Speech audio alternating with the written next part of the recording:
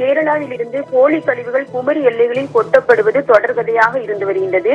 இந்நிலையில் தற்போது கேரளாவில் இருந்து தெருநாய்களை குமரியின் எல்லையில் கொண்டு வந்து விடும் சம்பவம் இன்று அரங்கேறியுள்ளது.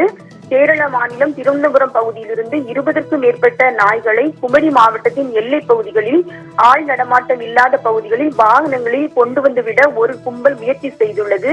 இந்த நிலையில் கட்டத்தில் பகுதியில் நாய்களை அந்த கும்பல் அவிழ்த்து விட்டுள்ளனர். இதை பார்த்த அப்பகுதி மக்கள் வாகனத்தை மடக்கி பிடித்து அவர்களை சிறைபிடித்தனர். மேலும் அவர்களால் அங்கு விடப்பட்ட தெருநாய்களை அவர்களை வைத்து மீண்டும் பிடிக்க வைத்துள்ளனர். இது குறித்து களியல் போலீசாருக்கு தகவல் கொடுத்தனர். அவர்களிடம் குமரி மாவட்ட எல்லை பகுதியான நெட்டா சோதனை சாவடி வழியாக நாய்களை கொண்டு வந்த போது நாய்களுக்கு ஊசி போடுவதற்காக கொண்டு செல்வதாக தெரிவித்ததாகவும் கூறப்படுகிறது. இதனால் அங்கு பணியில் இருந்த போலீசாரும் அந்த நாய்களை விடுவித்துள்ளனர். கேரளாவில் இருந்து கோழி கழிவுகள் குமரி எல்லையில் கொட்டப்படுவதை தொடர்ந்து குமரி எல்லை பகுதிகளில் தற்போது நாய்களை கொண்டுவிட முயன்ற சம்பவம் பரபரப்பை ஏற்படுத்தியுள்ளது. தொடர்ந்து நாய்களை கொண்டு விட முயன்ற வாகனத்திற்கு 2 லட்சம் ரூபாய் அபராதம் கடையால் பேரூராட்சி சார்பில் விதிக்கப்பட்டுள்ளது.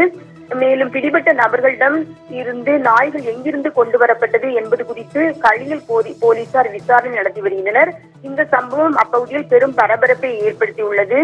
தற்போது சென்னையில் பல்வேறு பகுதிகளில் நாய்கள் கடிக்கும் சம்பவம் அரங்கேறி வருகிறது. இந்நிலையில் கடந்த ஒரு மாதத்தில் மட்டும் சென்னையில் வேளச்சேரி பகுதியில் ஒரே நாளில் 7 பேரை வெறிநாய்கள் துரத்தி கடித்த சம்பவம் நடந்தது.